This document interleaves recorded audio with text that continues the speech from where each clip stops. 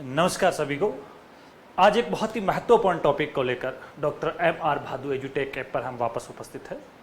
आज का हमारा जो टॉपिक है वो आरपीडब्ल्यूडी एक्ट 2016 जो भारत सरकार का एक्ट है, हमारे सिलेबस में दिया हुआ है एक्ट और रूल्स। तो एक्ट तो 100% ही आरपीडब्ल्यूडी एक्ट 2016 अति महत्वपूर्ण है, उसमें से बहुत सारे क्वेश्चन आएंगे। लेकिन उसको जैसे ही हम राजस्थान के संदर्भ में देखेंगे तो वहां तो एक्ट है और राजस्थान में रूल्स हो जाएगा, नियम हो जाएगा। वहां तो वो अधिकार अधिनियम है और किसी भी स्टेट में जब आएगा, याद कीजिए उसके टोटल 102 धाराएं हैं। टोटल कितनी धाराएं थी?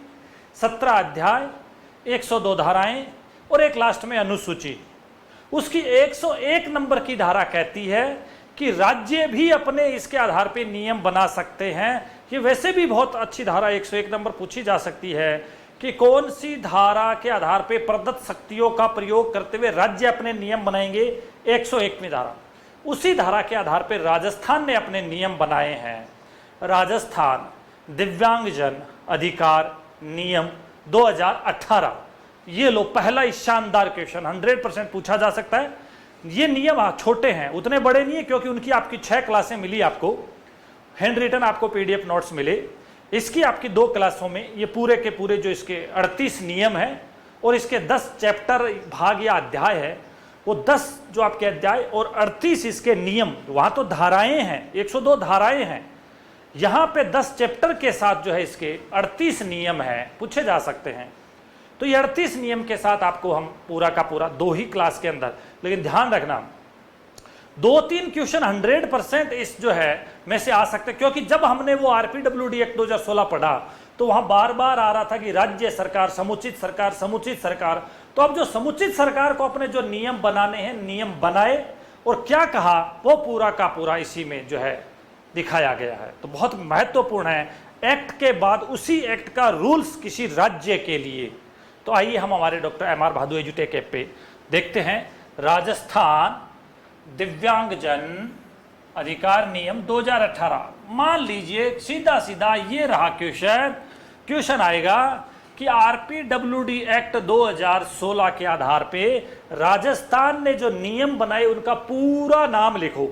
100% आरटीई 2009 के जो राजस्थान के नियम है 2011 के, वो मैंने पहले ही कहा फर्स्ट ग्रेड में 4-5 बार सिर्फ उनका नाम पूछा गया है। तो यहां क्यों नहीं पूछ सकता वो नाम? 100% पूछ सकता है। उसका नाम है राजस्थान दिव्यांगजन अधिकार नियम 2018। देखिए वहां तो था दिव्यांगजन अधिकार अधिनियम 2016 जो भारत सरकार का था, इसमें राजस्थान जुड़ गया और इसमें देखिए अधिनियम की जगह सिर्फ नियम रह गया, रूल्स रह गया। और ये 2018 के हैं, अधिनियम 2016 का है, राजस्थान के नियम 2018 के हैं। अब यहां पे देखिए एक एक करके देखते हैं।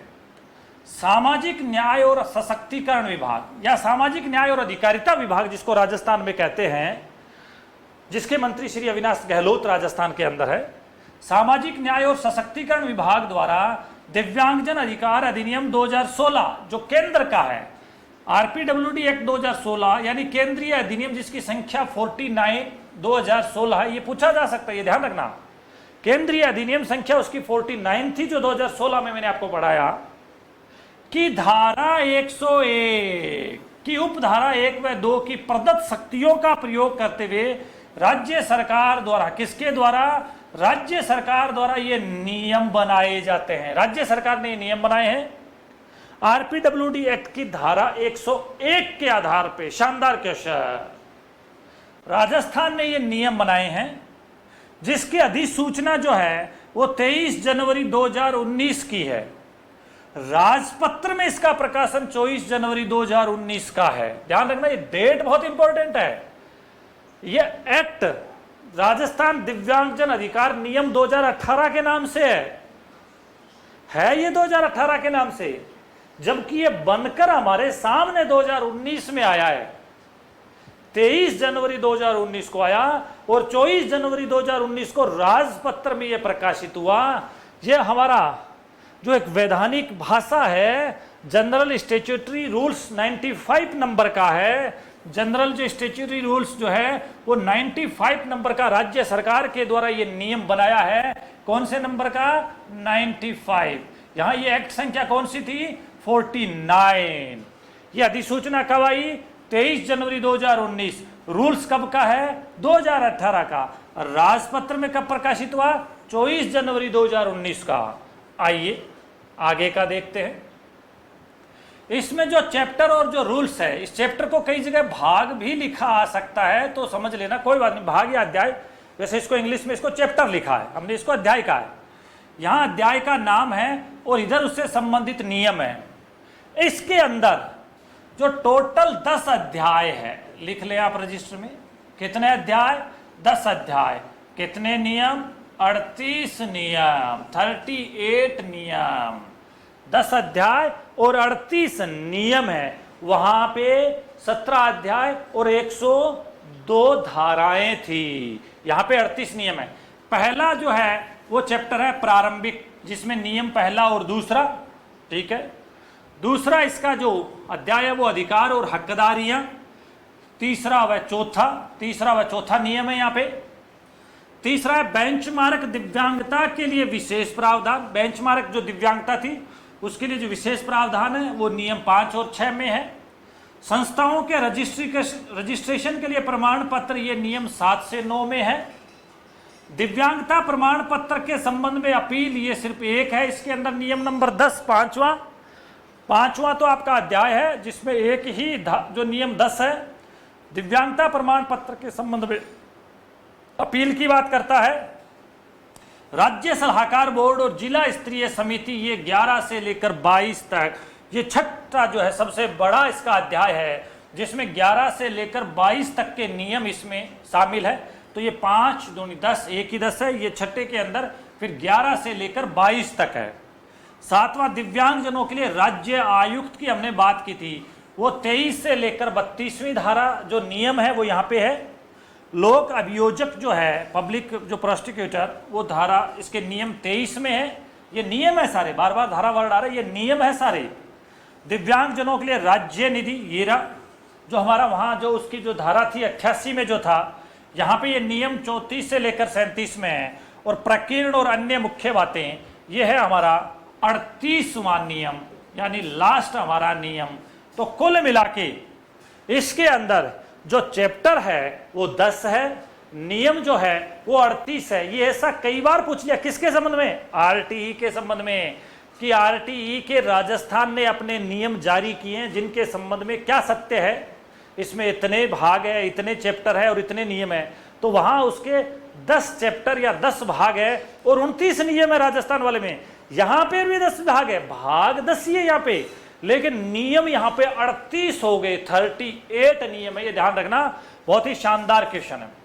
देखिए ये बहुत अच्छा है। यहाँ पे राजस्थान दिव्यांगजन अधिकार नियमों का प्रथम ड्राफ्ट 2017 में तैयार किया गया। मान लीजिए आपके क्वेश्चन आ जाए कि राजस्थान दिव्यांगजन अधिकार नियमों का पहला ड्राफ्ट बनकर कब सामने आया? 2017 में।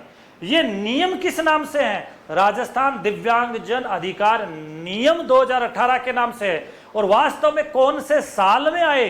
23 जनवरी 2019 को हमारे सामने। तो पहला ड्राफ्ट 2017 का, वास्तव में रूल्स 2018 के, और हमारे सामने आए 23 जनवरी, या राजपत्र में छपे 24 जनवरी 2019 को, जिनका नियम 2018 के नाम से है, लेकिन जारी ये 23 जनवरी 2019 को किए गए। और राजपत्र की यदि डेट पूछता है तो 24 जनवरी 2019। देखिए कह दे निम्न में से कौन सा तथ्य असंगत है, तो ये चारों ही तथ्य तो संगत है ना। पहला ड्राफ्ट तो 2017 में आया, ये वास्तव में नियम 2018 के नाम से है। ये 23 जनवरी 2019 के है। राजपत्र में 24 के हैं, 24 जनवरी 2019 बिल्कुल है।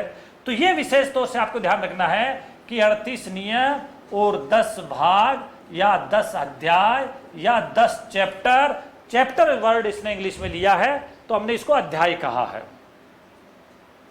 आइए इसका अध्याय नंबर 1 देखते हैं। ये बहुत सिंपल है, शॉर्ट है, और विशेष तौर से ये अपनी लैंग्वेज में बहुत इजी किए गए हैं। इसमें मेन चीजें जो सारी की सारी ली गई है, आपको ये नोट्स सारे के सारे ऐप पे, डॉक्टर एम आर भादु एजुटेक ऐप पे आपको सारा का व्यवस्थित ऐसा का ऐसा मिलेगा। आपको सिर्फ मिनट निकाल के और देखना है। अध्याय 1, नाम है प्रारंभिक, नियम है 1 व 2। नियम पहला, संक्षिप्त नाम हुआ प्रारंभ। मैं यहां पे फिर कह देता हूं कि यहां पे नियमों वालों में से बहुत ज्यादा नियम कौन से नंबर का ये नहीं पूछा, धाराएं पूछी जाती है, इसलिए मैंने वहां पे धाराओं पे ही जोर दिया था विशेष तौर से। संक्षिप्त नाम व प्रारंभ, इन नियमों को राजस्थान दिव्यांगजन अधिकार नियम 2018 है, इन नियमों को राजस्थान दिव्यांगजन अधिकार नियम 2018 कहा जाता है। नाम क्या है इन नियमों का नाम? राजस्थान दिव्यांगजन अधिकार नियम 2018 है। इन्वर्टेड कोमा में पूछा है 100%, पहला ही क्वेश्चन 2 बार अंडरलाइन करना, पूछा जा सकता है। एक तो राजस्थान लग गया, इसके आगे राजस्थान दिव्यांगजन अधिकार अधिनियम नहीं है, नियम 2018 है। और आधिकारिक रूप से राजपत्र में अंतिम प्रकाशन की तिथि से ये लागू माने जाएंगे, और प्रकाशन हुआ इनका 24 जनवरी 2019 को। आइए नियम नंबर 2 में कुछ परिभाषाएं दी हुई है। परिभाषाओं में 1 नंबर पे इन्होंने कहा है कि इस पूरे के पूरे इस नियम में यदि अधिनियम की बात आती है कहीं पे भी, तो उसका मतलब आरपीडब्ल्यूडी अधिनियम 2016 से संबंधित है। ये आप समझ जाना कि नियम में जब भी हम एक्ट या अधिनियम की बात करते हैं तो आरपीडब्ल्यूडी अधिनियम 2016 की बात करते हैं। प्रमाण पत्र की जब भी बात करते हैं तो अधिनियम की धारा 57 के तहत जारी दिव्यांगता प्रमाण पत्र की हम बात कर रहे हैं। पंजीकरण प्रमाण पत्र की बात करते हैं तो एक्ट की धारा 50 के अंतर्गत सक्षम प्राधिकारी द्वारा जारी पंजीकरण प्रमाण पत्र की हम बात करेंगे।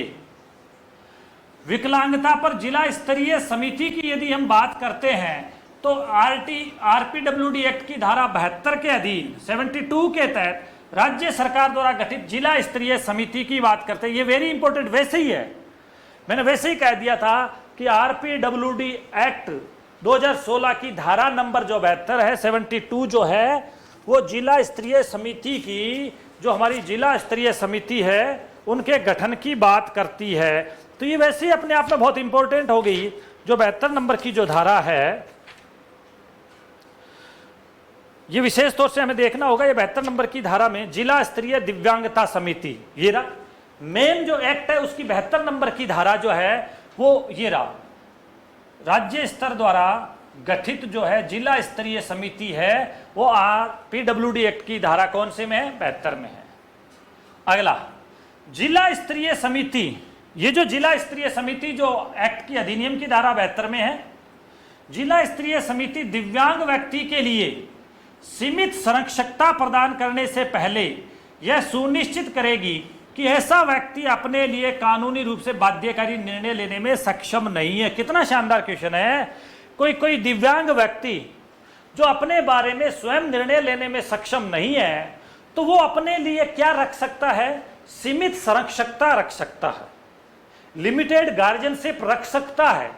जब वो लिमिटेड गार्जियनशिप रख सकता है तो लिमिटेड गार्जियनशिप रखने का अधिकार किसके पास है? वो अधिकार है जिला स्तरीय समिति के पास। ये लीजिए, बहुत ही शानदार क्वेश्चन।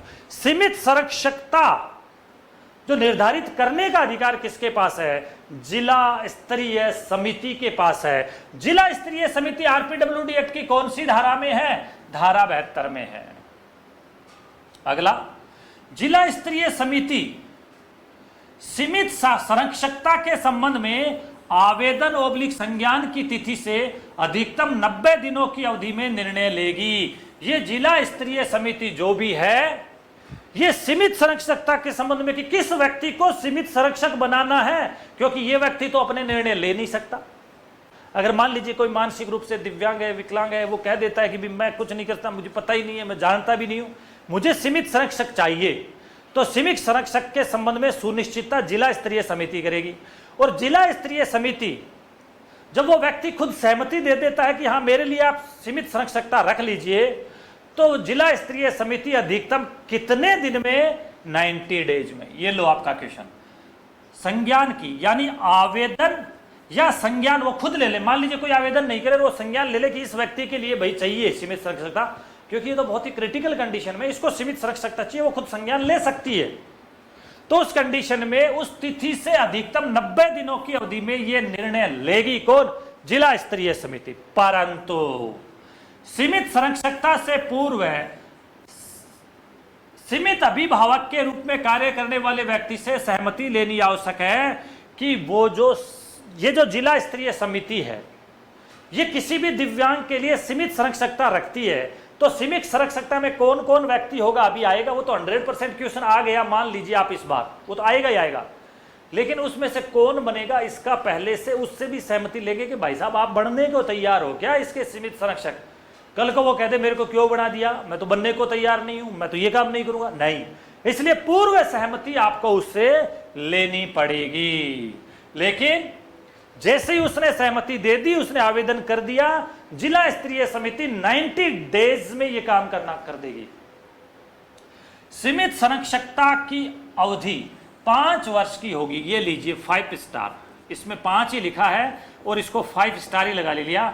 सीमित संरक्षकता में यदि जिला स्तरीय समिति ने एक बार किसी को नामित किया है तो वो 5 साल तक सीमित संरक्षक रह सकता है। ये लीजिए इसकी सीमित संरक्षकता की अवधि 100%, बहुत शानदार क्वेश्चन है। सीमित संरक्षकता की अवधि 5 वर्ष की होगी, जिसे जिला स्तरीय समिति द्वारा बढ़ाया भी जा सकता है। इसको बढ़ा सकती है, यदि वो आगे और बढ़ाना चाहे तो बढ़ा सकती है, लेकिन इसकी अवधि जो है वो 5 वर्ष की होगी। जिला स्तरीय समिति योग्यता के आधार पर, निम्न वरीयता के आधार पर, ये जो वरीयता है वो निम्न वरीयता के आधार पर सीमित संरक्षक के रूप में व्यक्ति को नियुक्त करने पर विचार करेगी। यही वो 5 स्टार था, मैंने कहा था ये लीजिए। वो कहेगा कि राजस्थान दिव्यांगजन अधिकार नियम 2018 के अनुसार सीमित संरक्षकता में कौन व्यक्ति संरक्षक नहीं होगा, तो जो होगा वो ये रहे। कितना शानदार क्वेश्चन है। दिव्यांग के माता पिता या वयस्क संतान, कोई भी दिव्यांग है, उसके माता पिता या उसकी कोई एडल्ट संतान है तो वो उसका सीमित संरक्षक हो सकता है। माता पिता या वयस्क संतान। दूसरा, निकटतम भाई या बहन, उसकी एकदम निकटतम क्लोज, उसकी यदि कोई भाई बहन है तो वो हो सकते हैं। अन्य रक्त संबंधी, अन्य कोई भी ब्लड रिलेशंस में है, या अभिभावक यानी अन्य रक्त संबंधी, अभिभावक या क्षेत्र के प्रमुख व्यक्ति भी उसमें आ सकते हैं सीमित संरक्षक में। और अधिनियम के अंतर्गत पंजीकृत कोई भी सरकारी या गैर सरकारी संगठन, देखिए यहां व्यक्ति भी हो सकता है और संगठन भी हो सकता है। ये बात कहनी बहुत इंपॉर्टेंट बात है कि व्यक्तियों में उसके खुद के माता पिता और उसका वयस्क संतान हो सकती है, उसके निकटतम भाई बहन हो सकते हैं, उसका कोई भी ब्लड रिलेशन वाला या अभिभावक या क्षेत्र का कोई भी प्रमुख व्यक्ति हो सकता है, या इस अधिनियम के अंतर्गत कोई भी पंजीकृत, अपंजीकृत नहीं चलेगी, पंजीकृत कोई भी सरकारी या गैर सरकारी, कोई भी गवर्नमेंट या नॉन गवर्नमेंट ऑर्गेनाइजेशन, एनजीओ भी उसका सीमित संरक्षक हो सकता है। 1 2 3 4 लगा लीजिए, वेरी इंपॉर्टेंट। ये वो क्वेश्चन था जिसको मैं बताना चाह रहा था, ये आ सकता है इस बार आपके। आइए, सीमित संरक्षक के रूप में नामित व्यक्ति की आयु 18 वर्ष, वेरी इंपॉर्टेंट। मान लीजिए किसी व्यक्ति को सीमित संरक्षक बनाया जाता है, तो उसी व्यक्ति को सीमित संरक्षक बनाया जाएगा जिसकी आयु न्यूनतम 18 वर्ष हो। नामित व्यक्ति की आयु 18 वर्ष से अधिक, वह दंड प्रक्रिया संहिता 1973 के तहत संज्ञेय अपराध में पूर्व में दोषी नहीं होना चाहिए, कोई वो अपराधी नहीं होना चाहिए, और उसकी न्यूनतम आयु 18 वर्ष होनी चाहिए। ये इसकी 2 शर्तें हैं इस प्रकार से कि कम से कम वो 18 साल का हो, और भारतीय दंड संहिता 1973 के तहत वो संज्ञेय अपराध में पूर्व में कोई दोषी नहीं होना चाहिए। सीमित संरक्षक विकलांग व्यक्ति की ओर से कोई भी कानूनी रूप से बाध्यकारी निर्णय लेने से पूर्व है सभी मामलों में दिव्यांग से परामर्श करेगा। जो भी सीमित संरक्षक होगा वो विकलांग व्यक्ति की ओर से कोई भी कानूनी तो काम करेगा, लेकिन कानूनी काम करने से पहले उस विकलांग से परामर्श भी लेगा, उस दिव्यांग से परामर्श लेगा। सीमित संरक्षक यह सुनिश्चित करेगा कि कोई भी कानूनी रूप से बाध्यकारी निर्णय दिव्यांग के हित में होगा। यह उसको सुनिश्चित करना होगा कि उस सीमित संरक्षक के द्वारा कोई भी निर्णय लिया जा रहा है तो वो निर्णय अपने हित का नहीं, उस सीमित संरक्षक व्यक्ति के हित का नहीं, उस हमारे दिव्यांग के हित का होना चाहिए। और इसमें कहा है राज्य आयुक्त है वो हमारा आरपीडब्ल्यूडी एक्ट की धारा जो है 79 के तहत इसमें जो नियुक्त होगा वो राज्य आयुक्त के रूप में होगा। ये 79 याद कर लेना, जैसे 72 जिला स्तरीय समिति है, ऐसी राज्य आयुक्त जो है हमारा 79 के तहत है। आइए देखते हैं अध्याय नंबर 2, बहुत छोटे छोटे अध्याय है। अधिकार व हकदारियां, नियम 3 और 4 इसमें है। कौन सा नियम है? 3 और 4। नियम 3 क्या कहता है? दिव्यांगों पर अनुसंधान हेतु राज्य समिति, कि दिव्यांगों पर यदि हमें अनुसंधान करना है तो उसके लिए जो राज्य समिति का गठन किया जाएगा, और दिव्यांगों पर अनुसंधान के लिए जो राज्य समिति होगी वो समिति किस प्रकार की होगी वो देखने लायक है, अच्छी है। समिति में निम्न सदस्य होंगे। कौन? देखिए 1 2 3 4 कै ख ग घ, 4 प्रकार के सदस्य हैं। तो क्वेश्चन आएगा दिव्यांगों पर अनुसंधान समिति में निम्न में से कौन सदस्य नहीं होगा? कौन सा असंगत है? तो संगत में पहले आपको याद करना पड़ेगा। कौन सा? विज्ञान व चिकित्सा अनुसंधान के क्षेत्र में, यानी विज्ञान व चिकित्सा अनुसंधान के क्षेत्र में अनुभव रखने वाला प्रतिष्ठित व्यक्ति को राज्य सरकार द्वारा मनोनीत किया जाएगा, जो अध्यक्ष होगा। इस दिव्यांगों पर अनुसंधान हेतु जो राज्य समिति होगी उसका अध्यक्ष होगा विज्ञान और चिकित्सा के क्षेत्र में अनुभव रखने वाला व्यक्ति, और ऐसा व्यक्ति जो होगा वो राज्य सरकार द्वारा अपॉइंटेड होगा। तो राज्य सरकार ऐसे व्यक्ति को इसका अध्यक्ष बनाएगी। निदेशक चिकित्सा और स्वास्थ्य विभाग राजस्थान इसका अपने आप ही सदस्य होगा। अगला, निदेशक विशेष रूप से सक्षम व्यक्ति या निदेशक निशक्त जन इसका सदस्य सचिव होगा। निदेशक सशक्त जन भी कह सकते हैं, सॉरी निदेशक निशक्त जन जो आयोग है, जो हमारा निदेशक निशक्त जन, उसके अनुसार ये इसका सदस्य सचिव होगा। और चौथा है, जो 5 निर्दिष्ट विकलांगताओं में से हर विकलांगता से कोई न कोई एक व्यक्ति जो हमारी अनुसूची में दे रखी है, उन 5 निर्दिष्ट जो दिव्यांगताएं हैं उनमें से हर में से एक एक व्यक्ति, जो 5 व्यक्ति होंगे, इनको राज्य सरकार मनोनीत करती है, ये भी सदस्य होंगे। तो कुल मिला के दिव्यांगों पर अनुसंधान हेतु जो राज्य समिति है उसमें एक अध्यक्ष होगा जो चिकित्सा और अनुसंधान क्षेत्र में अनुभव रखने वाला होगा, राज्य सरकार बनाएगी। और 5 निर्दिष्ट विकलांगताओं में से 5 व्यक्ति सदस्य मनोनीत होंगे, ये भी राज्य सरकार की तरफ से। और ये 2 पदेन सदस्य है, ये जो भी पद पे, निदेशक चिकित्सा और स्वास्थ्य विभाग जो पद पे होगा उसको बनना पड़ेगा।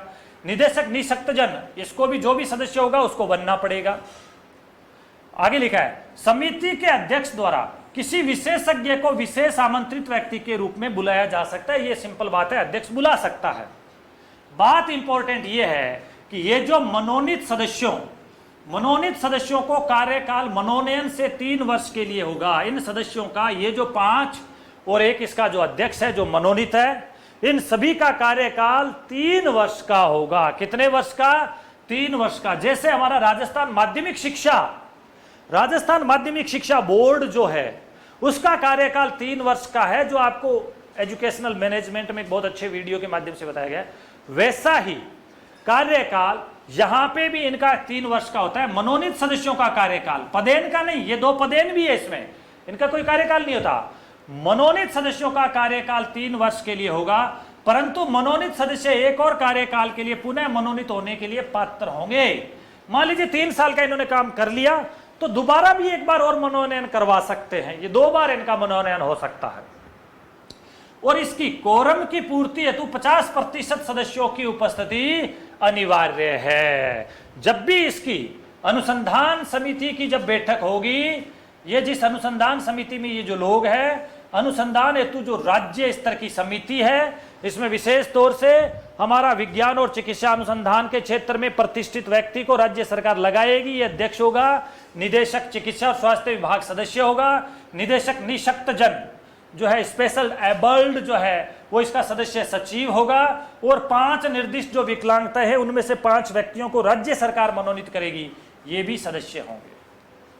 अब कोरम की पूर्ति के लिए अनुसंधान वाली में 50% इसकी होनी अनिवार्य है। गैर सरकारी सदस्य व विशेष आमंत्रित को राज्य सरकार के समूह बी या समकक्ष अधिकारी के अनुसार यात्रा भत्ता देय होगा। सिंपल सी बात है, राज्य सरकार आवश्यक होने पर समिति को लिपिकीय कर्मचारी और अन्य कर्मचारी भी उपलब्ध कराएगी। कोई बड़ी बात नहीं है, लेकिन यहाँ बड़ी बात यह है कि जो राज्य स्तरीय की जो अनुसंधान समिति है 100% से किन से मिलकर बनी है, ये क्वेश्चन बनेगा आपका।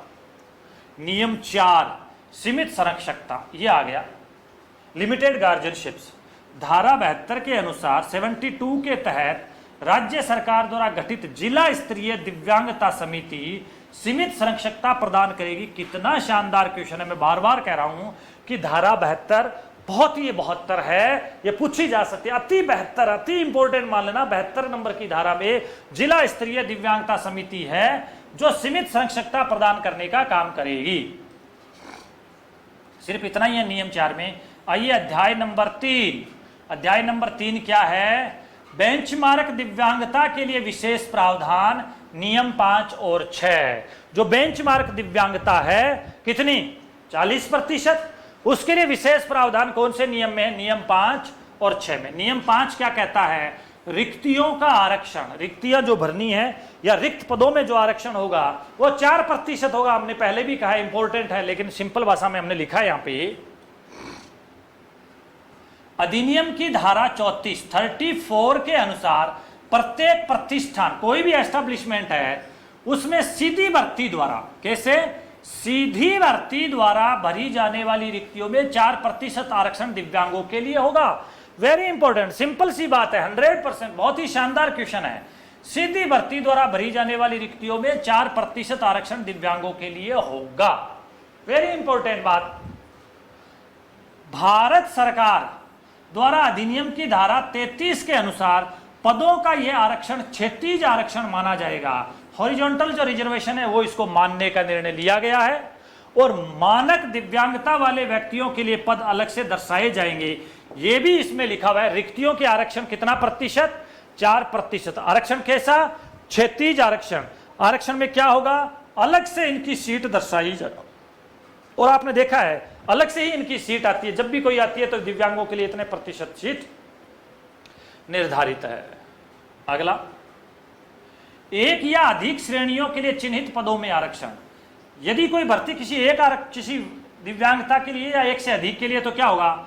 एक या अधिक श्रेणियों के लिए चिन्हित पदों में आरक्षण।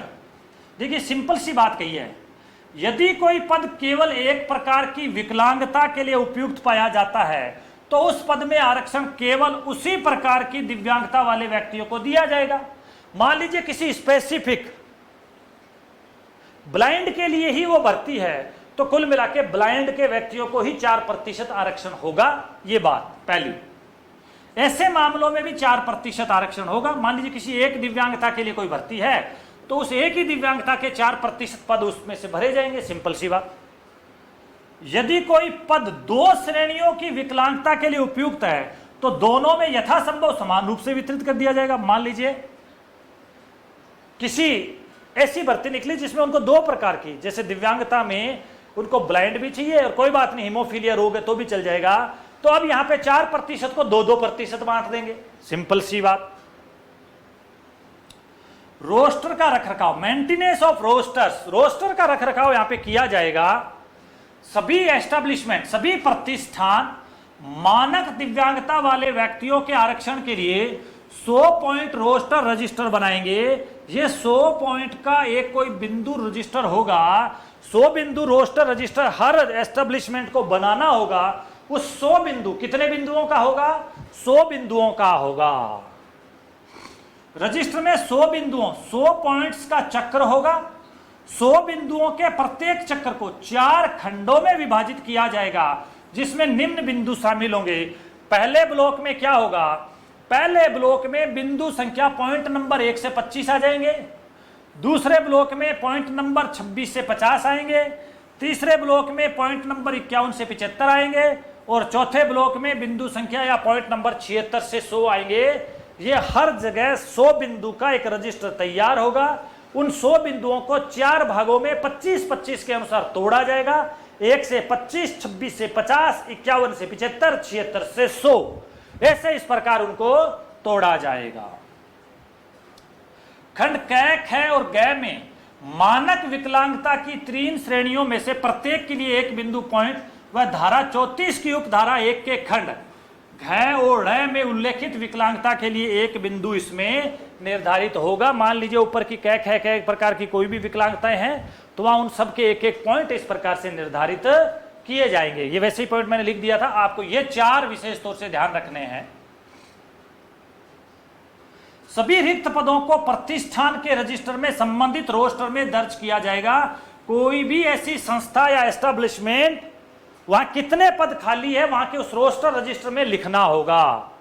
और रोस्टर के सभी 100 बिंदुओं को कवर कर लेने के बाद 100 बिंदुओं का नया चक्र शुरू हो जाएगा। जैसे ही 100 बिंदुओं पे वो भर्ती पूरी हो जाती है, पहले ये, फिर उसके बाद ये, फिर ये, फिर ये, फिर ये, फिर ये, फिर वापस वही चक्कर वापस घूमेगा, अब ये, अब ये, अब ये, अब ये। तो इसका मतलब ये क्या, 100 बिंदु 100 पॉइंट्स का रोस्टर एक रजिस्टर होगा। सिंपल सी बात रिक्त पदों के लिए। छूट में क्या है, नियम 6 कह रहा है कि इनको कुछ छूट होगी। क्या छूट होगी? यदि नियुक्त प्राधिकारी की राय हो कि नियमों के अधीन आरक्षित पद का कार्य या कुछ कार्य दिव्यांग द्वारा नहीं किया जा सकता, तो संबंधित नियुक्त प्राधिकारी नियम 5 के उपनियम 1 में निर्धारित आरक्षण के मामले में छूट के लिए मामले को निदेशक विशेष सक्षम व्यक्ति या निदेशक निःशक्त जन व्यक्ति विभाग के पास भेज देगा। मान लीजिए कि वो पद किसी विशेष आरक्षित था, वो व्यक्ति वो काम करने में सक्षम नहीं है, उस पद के लिए कोई छूट चाहिए, तो वह छूट निदेशक निःशक्त जन के पास चली जाएगी और वो उस पर विचार करेगा। यह मामला एक समिति के समक्ष रखा जाएगा जो निम्नानुसार होगी। जैसे ये बात आ गई कि भी अमुक व्यक्ति जिसके लिए पद है वो व्यक्ति ये कार्य करने में सक्षम नहीं है, इस पद को किसी अन्य कैटेगरी में चेंज कर देते हैं। चेंज करने के लिए मामला जाएगा निदेशक निःशक्त जन के पास, स्पेशल एबल्ड डिपार्टमेंट के पास। वहां वो एक समिति होगी, वो समिति इस पे विचार करेगी। राज्यों के मामलों से संबंधित तथा आरपीएससी के अधिकार क्षेत्र में आने वाले पदों के लिए, यानी कोई स्टेट सर्विस का मामला है या आरपीएससी के अधिकार क्षेत्र में वो पद आते हैं भर्ती करने के लिए, तो समिति अलग है, और अगर कोई और प्रकार के पद है तो समिति अलग है। यानी आरपीएससी के अधिकार क्षेत्र में आने वाले पदों के लिए इसमें जो समिति बनेगी उसका अध्यक्ष आरपीएससी या उसके द्वारा मनोनीत सदस्य इसका अध्यक्ष होगा। सामाजिक न्याय व अधिकारिता विभाग का सचिव इसका सदस्य होगा। आयुक्त निःशक्त जन राजस्थान इसका सदस्य होगा। कार्मिक विभाग का सचिव या प्रतिनिधि इसका सदस्य होगा, जिसका पद उप सचिव से डिप्टी सेक्रेटरी से कम नहीं होना चाहिए। आयुक्त रोजगार विभाग इसका सदस्य होगा। चिकित्सा और स्वास्थ्य विभाग का सेक्रेटरी भी इसका सदस्य होगा। प्राचार्य स्वाई मानसिक मेडिकल कॉलेज जयपुर, यानी एसएमएस कॉलेज जो जयपुर का है, एसएमएस जो मेडिकल हॉस्पिटल है उस वहां कॉलेज भी है, उसका जो भी प्रिंसिपल होगा वो भी इसका सदस्य होगा। और प्रशासनिक विभाग का प्रभारी सचिव जो है वो इसका सदस्य सचिव होगा। तब जाके वो पद चेंज होगा। देखिए कितनी बड़ी यहाँ पे एक समिति बनाई है, जिसमें आरपीएससी का अध्यक्ष को भी लिया है, सामाजिक न्याय और अधिकारिता विभाग का सेक्रेटरी लिया है, आयुक्त निःशक्त जन राजस्थान लिया है, कार्मिक विभाग का सचिव लिया है, आयुक्त रोजगार विभाग लिया है, चिकित्सा और स्वास्थ्य विभाग का सचिव लिया है, प्राचार्य स्वाई मानसिक मेडिकल कॉलेज जयपुर लिया है, और हमारे जो भी एडमिनिस्ट्रेटिव डिपार्टमेंट का जो सेक्रेटरी है वो इसका सदस्य सचिव होगा। क्वेश्चन आ जाए कि राज्य स्तर के ऐसे मामले या आरपीएससी के स्तर के ऐसे पदों के निर्धारण के लिए जो समिति गठित की जाएगी उसका अध्यक्ष कौन होगा? उसका अध्यक्ष आरपीएससी का अध्यक्ष ही उसका अध्यक्ष होगा। शानदार क्वेश्चन ये रहा, आरपीएससी का अध्यक्ष ही इस प्रकार की समिति का अध्यक्ष होगा। अगला, आरपीएससी के दायरे के बाहर के पदों के लिए, मान लीजिए आरपीएससी भर्ती नहीं करती है और अधीनस्थ बोर्ड या कोई और भर्ती करता है, उस कंडीशन में क्या होगा? उस कंडीशन में सामाजिक न्याय और अधिकारिता विभाग का जो सेक्रेटरी है वो अध्यक्ष हो जाएगा। देखिए यहाँ पे आयुक्त दिव्यांगजन विभाग इसका सदस्य हो जाएगा, कार्मिक विभाग के सचिव इसके सदस्य हो जाएंगे, आयुक्त रोजगार विभाग राजस्थान इसका सदस्य हो जाएगा, राजस्थान चिकित्सा और स्वास्थ्य विभाग का सचिव इसका सदस्य हो जाएगा, प्रिंसिपल जो मेडिकल कॉलेज जयपुर है वो इसका सदस्य हो जाएगा, और संबंधित नियुक्त प्राधिकारी जो भी है वो इसका सदस्य सचिव हो जाएगा। उक्त समितियां, ये जो दोनों समितियां हैं, या तो निर्धारित आरक्षण में छूट प्रदान कर देगी, ये दोनों समितियां, या तो उस जो निर्धारित आरक्षण है उसमें छूट दे देगी भी ठीक है दूसरे व्यक्ति को ले लो, या दिव्यांगों के लिए निर्धारित आरक्षण को ऐसे अन्य पदों की श्रेणी में स्थानांतरित कर देगी। विकलांग व्यक्तियों को उनके निर्धारित आरक्षण की अधिकता में भी वरीयता दी जाएगी। मान लीजिए दिव्यांगों के लिए 4% सीट ही खाली है और वो उस प्रकार की योग्यता रखता है, उसके समान दिखता है, उसके जैसा है जो सामान्य अन्य नागरिक होता है, यानी वो जनरल कोटे में भी अगर फाइट करना चाहे तो कर सकता है, तो वो तो वहां 2-3% और ले जाना चाहे तो ले जा सकता है, वहां तो कोई भी व्यक्ति जा सकता है जी। अपनी 4% सीटों पे तो सेफ रहेंगे ही रहेंगे, अगर और आगे जाके किसी अन्य कैटेगरी के अंदर चले जाते हैं तो जा सकते हैं, तो वहां भी वरीयता इनको दी जाएगी। आइए देखते हैं अध्याय नंबर 4। अध्याय नंबर 4 नाम है संस्थाओं के रजिस्ट्रेशन के लिए प्रमाण पत्र। जो भी हमारी संस्थाएं हैं उन संस्थाओं के रजिस्ट्रेशन के लिए जो प्रमाण पत्र चाहिए उसका क्या प्रारूप होगा, कितने दिनों में देना है, नियम 7 से लेकर 9 तक यहां पे बनाए गए हैं। नियम 7 क्या कहता है, पंजीकरण प्रमाण पत्र के लिए आवेदन एवं प्रदान करना। पंजीकरण प्रमाण पत्र के लिए आपको आवेदन करना और उसको प्रदान करना। निदेशक दिव्यांगजन अधिनियम की धारा 49 के लिए सक्षम प्राधिकारी होगा। जो भी निदेशक दिव्यांगजन होगा, निदेशक दिव्यांगजन हमारा निदेशालय है दिव्यांगजन जयपुर में, क्वेश्चन अजय, निदेशालय दिव्यांगजन राजस्थान में कहां पे है, जयपुर में। वहां जो भी निदेशक होगा वो इसके लिए इस प्रकार के रजिस्ट्रेशन के लिए जो है सक्षम प्राधिकारी होगा। शानदार क्वेश्चन। दिव्यांगों के लिए संस्था स्थापित करने व संचालित करने का इच्छुक व्यक्ति निदेशक को आवेदन प्रस्तुत करेगा।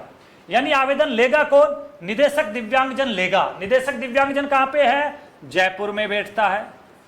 अगर कोई भी व्यक्ति ऐसे बच्चों के लिए, ऐसे व्यक्तियों के लिए कोई समिति स्थापित करना चाहता है, संस्था स्थापित करना चाहता है, तो अपना आवेदन किसको देगा, निदेशक को देगा। आवेदन पत्र के साथ साथ क्या संलग्न होना चाहिए, आवेदन पत्र के साथ है दिव्यांगता के क्षेत्र में किए गए कार्यों के साक्ष्य या दस्तावेज। मान लीजिए उस व्यक्ति या संस्था ने पहले दिव्यांगता के लिए कोई काम किया है क्या, उसके साक्ष्य दे दो आप। संस्था का जो भी विधान और नियम है वो बता दीजिए। आवेदन के पूर्व के 3 वर्षों का आपका लेखा ऑडिट का जो भी है वो ऑडिट का आपका जितना भी जो है वो बता दीजिए।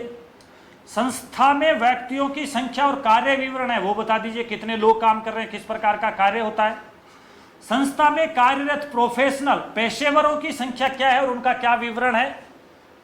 और सभी पदाधिकारियों के निवास का प्रमाण पत्र दीजिए।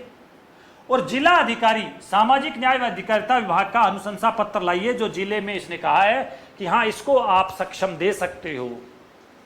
मान लीजिए कोई भी संस्था इन दिव्यांगों के लिए काम कर रही है या करना चाहती है, इच्छुक है, तो वो अपना आवेदन पत्र निदेशक जो दिव्यांगजन जयपुर है इसको प्रस्तुत करेगा। इसके साथ वो बताएगा कि मेरे पिछले इतने सालों का अनुभव है, तो अनुभव के प्रमाण पत्र लगा दे।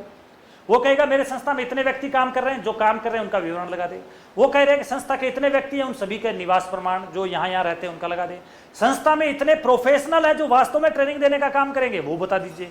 संस्था के पिछले 3 वर्षों का जो अकाउंट्स का ऑडिट का जो भी रिजल्ट है वो वहां पे आप बता दीजिए, खातों को बता दीजिए। और एक आपको बताना है कि जिला स्तर से भी आपकी संस्था के लिए सामाजिक न्याय और अधिकारिता विभाग ने अभिशंसा कर रखी है, रिकमेंडेशन कर रखी है, उसका भी साथ में दे दीजिए। संस्था को निम्न का पालन करना होगा। किसका, संस्था भारतीय सोसाइटी पंजीकरण अधिनियम 1860 के तहत पंजीकृत होनी चाहिए पहले से ही। नंबर 2, संस्था लाभ के लिए संचालित नहीं हो। आरसीआई से पंजीकृत पेशेवरों की नियुक्ति हो। कितना शानदार है कि एक संस्था काम करना चाह रही है, उसको किस चीज का पालन करना होगा कि वो रजिस्ट्रेशन एक्ट जो भारत का है 1860 का, उसके तहत पंजीकृत रजिस्टर्ड होनी चाहिए। संस्था लाभ के लिए संचालित नहीं होनी चाहिए। आरसीआई से पंजीकृत पेशेवर या प्रोफेशनल उसके पास ट्रेनर होने चाहिए। और दिव्यांगों के लिए शिक्षण और अधिगम सामग्री उसके पास होनी चाहिए। और पिछले 3 वर्षों का लेखा परीक्षण दिया हो तथा कोई भी प्रतिकूल टिप्पणी उस पर नहीं होनी चाहिए। यह संस्था के पास होने चाहिए। अब जैसे निदेशक के पास वो आएगा, निदेशक निशक्तजन द्वारा 5 वर्ष की अवधि के लिए संस्था को प्रमाण पत्र जारी किया जाएगा। Very very very important. जैसे ही कोई संस्था आ रही है कि साहब हम काम करना चाह रहे हैं, निदेशक देख लेगा सारे कागज ठीक है। अब निदेशक उसको कितने साल का मौका देगा काम करने के लिए, 5 साल, याद कीजिए, सीमित संरक्षक को भी 5 साल तक लगाया गया था। जिला स्तरीय दिव्यांग समिति के द्वारा 5 वर्ष के लिए लगाया जाता है। और यहां पे भी निदेशक निशक्तजन द्वारा 5 वर्ष की अवधि के लिए संस्था को प्रमाण पत्र जारी किया जाएगा तथा नवीनीकरण की स्थिति में 2 वर्ष तक वैध और होगा। मान लीजिए आपने अपना पहली बार एक नई संस्था स्थापित करने के लिए, और नई संस्था यदि काम करने जा रही है तो नई संस्था न्यू रजिस्ट्रेशन 5 वर्ष के लिए। वो संस्था ऑलरेडी पहले से काम कर रही थी, उसको 5 वर्ष हो गए, वो कह रही है कि साहब मेरा रिन्यू कर दो, अब मैं थोड़ा और काम करना चाह रहा हूं। तो कितने साल? 2 साल। पहली बार आया है तो 5 साल, पहले काम कर रहा है, रिन्यू चाह रहा है, नवीनीकरण चाह रहा है, 2 साल, टोटल कितने साल? 7 साल इसमें लिखा है। पंजीकरण के नवीनीकरण के लिए वैधता समाप्त होने से 60 दिन पूर्व आवेदन किया जाएगा। मान लीजिए कोई संस्था है, उसका रजिस्ट्रेशन समाप्त होने वाला है, वो चाह रहा है कि साहब मेरा रिन्यू कर दो 2 साल के लिए और, तो निदेशक कहेगा भाई साहब आपकी जिस डेट को आपका रजिस्ट्रेशन समाप्त हो रहा है उससे 60 दिन पहले आप अपना आवेदन कीजिए। कितने दिन पहले? 60 दिन पहले। ये रहा, मैंने आपको वहां पे भी बताया था, 60 दिन पूर्व आवेदन किया जाएगा। परंतु निदेशक निशक्तजन द्वारा 60 दिवस के बाद प्राप्त आवेदन पर उपयुक्त कारण बताने पर विचार किया जा सकता है। ये इसको छूट दी है निदेशक निशक्तजन को कि यदि कोई 60 दिन से पहले नहीं कर पाता है तो वहां अब उसको छूट दे दी कि कोई बात नहीं 60 दिन के बाद कर ले, लेकिन उसको कारण बताना होगा कि आपने 60 दिन के बाद क्यों लाए हो इस प्रकार से इस चीज को। तो वहां पे नवीनीकरण आप करवाने आए हो, रिन्यू आप यदि करवाने आए हो तो आपको 60 दिन जो पहले है आपका एप्लीकेशन उस निदेशक जो निशक्तजन है उसके पास पहुंच जानी चाहिए। 60 दिवस की अवधि से पूर्व आवेदन नहीं किया जाता है तो पंजीकरण प्रमाण पत्र समाप्त माना जाएगा, उसका नवीनीकरण जो है वो समाप्त माना जाएगा। यदि 60 दिन की अवधि से पहले उसने आवेदन नहीं किया है, कोई युक्तियुक्त कारण बनता है तो वो छूट दे सकता है, लेकिन यदि उससे पहले उसने नहीं किया तो उसके बाद ऑटोमेटिकली वो समाप्त माना जाएगा। निदेशक निशक्तजन द्वारा 90 दिवस की अवधि में पंजीकरण या नवीनीकरण किया जाएगा। मान लीजिए आपने अपनी एप्लीकेशन 60 दिन पहले या नवीनीकरण के संबंध में 60 दिन पहले या नए रजिस्ट्रेशन के लिए आपने एप्लीकेशन लगा रखी है, उस एप्लीकेशन पे पूरा विचार कर करा के आपको 3 महीने में वो सारी की सारी रिपोर्ट आपको दे देगा। यानी निदेशक अपने पास 90 दिन का टाइम रखता है कि निदेशक निशक्तजन द्वारा 90 दिवस की अवधि में पंजीकरण या नवीनीकरण किया जाएगा। देखिए एप्लीकेशन आपको 60 दिन पहले लगानी है, वो विचार करे सही है गलत है कैसा है देना है, जांच करनी है, भौतिक सत्यापन करना है, ये सारा करके और वो 90 दिन में उस मामले का निपटारा कर देगा। नियम 8, प्रमाण पत्र जारी करने से इनकार का आदेश। वो ऐसा भी कह सकता है कि नहीं मैं प्रमाण पत्र जारी नहीं करूंगा क्योंकि आपके कागज सही नहीं है। निदेशक निशक्तजन द्वारा उचित कारण बताते हुए आवेदन को निरस्त किया जा सकता है तथा निरस्त के कारणों सहित आवेदन को सूचित किया जाएगा पंजीकृत डाक के माध्यम से। मान लीजिए आपने कागज पूरे नहीं लगाए, रजिस्ट्रेशन एक्ट आपका है नहीं, आपने प्रोफेशनल की सूची दी नहीं, आपके 3 साल के लेखा है नहीं, तो वो निदेशक निशक्तजन आपके उस आवेदन को खारिज कर सकता है। लेकिन ये कहा गया है कि खारिज करता है तो सूचित करना पड़ेगा उस व्यक्ति को पंजीकृत डाक के माध्यम से। नियम 9, सक्षम प्राधिकारी के आदेश के विरुद्ध अपील। मान लीजिए ये इसने नियम खारिज कर दिया तो अब आप अपना जो है अपील कर सकते हो। एक्ट की धारा 51 के अनुसार निदेशक के आदेश से असंतुष्ट व्यक्ति, मान लीजिए इसने खारिज कर दिया, वो व्यक्ति असंतुष्ट हो जाएगा, कहेगा साहब मेरे तो सारे कागज थे आपने खारिज कर दिया। असंतुष्ट व्यक्ति आदेश की तिथि से 3 माह की अवधि के भीतर प्रभारी सचिव सामाजिक न्याय व अधिकारिता विभाग के समक्ष अपील करेगा। Very very very important. निदेशक निशक्तजन विभाग ने किसी संस्था के रजिस्ट्रेशन को अमान्य किया, इनवैलिड किया, उसको नहीं दिया, खारिज करके उसको सूचित कर दिया। उस व्यक्ति ने कहा कि मेरा आदेश ये कल मेरे को मिल गया, ये खारिज हो गया। कल के बाद आदेश की तिथि से 3 महीने की अवधि के भीतर वो जो असंतुष्ट व्यक्ति था, वो जो व्यथित व्यक्ति है, वो जो परेशान व्यक्ति है, वो अब चला जाएगा उसके ऊपर के रैंक के व्यक्ति के पास, सेक्रेटरी के पास। और ये जो प्रभारी सचिव सामाजिक न्याय और अधिकारिता विभाग के समक्ष वो अपील करेगा, क्वेश्चन बन सकता है। निदेशक ने किसी के रजिस्ट्रेशन की जो है आवेदन को खारिज किया, वो 3 महीने में अपनी अगली अपील किसको करेगा? प्रभारी सचिव निदेशक सामाजिक न्याय व अधिकारिता विभाग को करेगा। अध्याय 5 दिव्यांगता प्रमाण पत्र के संबंध में अपील। मान लीजिए दिव्यांगता प्रमाण पत्र के, वो तो अपील थी किसके संबंध में? किसी संस्था के रजिस्ट्रीकरण के संबंध में। यहां पे अपील की जा रही है दिव्यांगता प्रमाण पत्र के संबंध में कि आपने बनाया सही है कि नहीं है। नियम 10 दिव्यांगता प्रमाण पत्र जारी करने वाले प्राधिकारी के निर्णय के विरुद्ध अपील। जिसने भी दिव्यांगता प्रमाण पत्र जारी किया है उस प्राधिकारी ने कहा कि मैं तो नहीं बनाऊंगा, आपके 40% नहीं है, व्यथित व्यक्ति आगे जा सकता है। दिव्यांगता प्रमाण पत्र जारी करने वाले प्राधिकारी के निर्णय से असंतुष्ट कोई भी व्यक्ति निर्णय की तिथि से 90 दिनों के भीतर जिला कलेक्टर के समक्ष अपील कर सकता है। देखिए, जब किसी संस्था का रजिस्ट्रीकरण नहीं होता है तो वहां अपील करनी है उसको कितने महीने में? 3 महीने में। और यहां पे भी उसको अपील करनी है 3 महीने में 90 दिन। यहां पे भी लिखा है अपील वहां पे करें, यहां पे करें, आपको 90 दिन का है। वहां पे जो अपील करनी है वो सेक्रेटरी के पास करनी है और यहां अपील करनी है जिला collector. Very very very important. यदि दिव्यांगता प्रमाण पत्र कोई जिले में जारी नहीं किया जा रहा है तो जिला कलेक्टर के समक्ष अपनी अपील कर सकता है, जिसमें निम्न आधार होगा। संक्षिप्त व पृष्ठभूमि और अपील का आधार बताएगा। अपील के साथ दिव्यांगता प्रमाण पत्र या अस्वीकृति पत्र की प्राप्ति देगा जिला कलेक्टर महोदय को। कितने दिनों में? 90 दिनों में। यदि कोई दिव्यांग नाबालिग है, मान लीजिए छोटा है, नाबालिग है, या किसी ऐसी विकलांगता से पीड़ित है जो अपील करने में असमर्थ बनाती है, तो कानूनी या सीमित संरक्षक ऐसा काम कर सकेगा। ये मैंने पहले भी बताया था कि यदि वो नाबालिग है, पीड़ित है, जा नहीं सकता है, असमर्थ है, तो सीमित संरक्षक उसके सारे कानूनी काम करेगा। जिला कलेक्टर अपीलकर्ता को मामला प्रस्तुत करने का अवसर देगा कि मामला क्या है, आइए आपको सुनवाई करते हैं, आपका क्यों रिजेक्ट किया, आप क्या कहना चाहते हैं, आओ जिला कलेक्ट्रेट में आ जाओ, तथा बाद में तर्कसंगत आदेश पारित करेगा। वो उससे सुनेगा उसकी बात, फिर आदेश पारित करेगा। और अपील का निपटारा अपील प्राप्त होने की तिथि से 60 दिनों में किया जाएगा। जिला कलेक्टर के पास जैसे ही ऐसी अपील आती है उस अपील का निपटारा जिला कलेक्टर 60 ही दिनों में कर देगा। कितने दिनों में? 60 दिनों में उसको बता देगा कि सही है या गलत है।